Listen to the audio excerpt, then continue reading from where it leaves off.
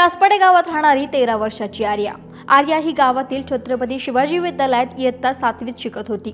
शाळेचे पेपर सुटल्यानंतर 10 ऑक्टोबरला नेहमीप्रमाणे दुपारी 2:30 वाजण्याच्या सुमारास शेडमध्ये झोपलेल्या वडिलांकडून घराची चावी घेऊन ती घरी गेली।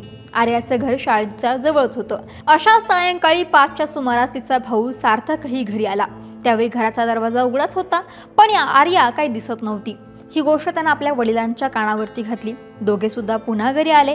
घरामध्ये आतमध्ये पाहत गेले असताना आर्या जखमी अवस्थेत बाथरूम शेजारी पडलेली आढळली। रक्ताच्या थारोळ्यामध्ये आर्या पडलेली होती।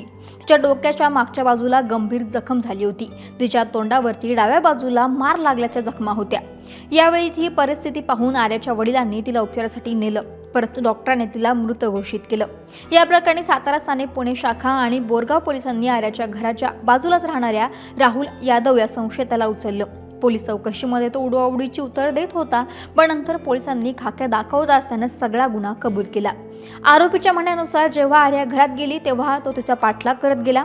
आजूबाजूला कोणीच नव्हतं हे बघत तो घरामध्ये घुसला आणि तिच्यावरती अतिप्रसंग करण्याचा प्रयत्न केला, ज्याला 13 वर्षाच्या आर्यानं विरोध केला। आरोपीला हिसका देऊन त्याला त्याच्या तावडीतून आर्या पहिल्यांदा सुटली सुद्धा, पण त्यानं तिला शेवटच्या खोलीमध्ये पुन्हा पकडलं। आर्या कोणाला तरी या गोष्टी सांगेल याचा राग आणि भीती आरोपीच्या डोक्यात गेली। त्यानं तिला फरशीवरती आदळलं आणि फरफटत बाथरूम जवळ घेऊन गेला आणि तिथेच असलेल्या वरवंट्यानं तिच्या डोक्यावरती तोंडावरती एकामागून एक वार केले। हल्ल्यावेळी सुद्धा आर्यानं विरोध केलाच असेल, पण 13 वर्षाच्या मुलीची ताकद त्या 37 वर्षाच्या नराधमाच्या पुढे कुठे चालली? तिने ओरडण्याचा जरी प्रयत्न केला तरी दुपारच्या त्या भयान शांततेमध्ये कोणाच्या कानावरती तिचा आवाज पडला असेल। या नराधमानं आपल्या ताकदीनं तिचं तोंड दाबून तिच्यावरती हल्ला केला आणि या हल्ल्यात आर्याचा जीव गेला।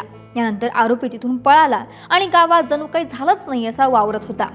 आर्याची हत्या कोणी केली आणि का केली या प्रकरणानं खळबळ उडालेली असताना पोलिसांनी आर्याच्या आसपासच्या घरामध्ये चौकशी केली, तेव्हा आरोपीचं घरही त्याच ठिकाणी काही अंतरावरती होतं, पण राहुल यादव घरामध्ये नव्हता।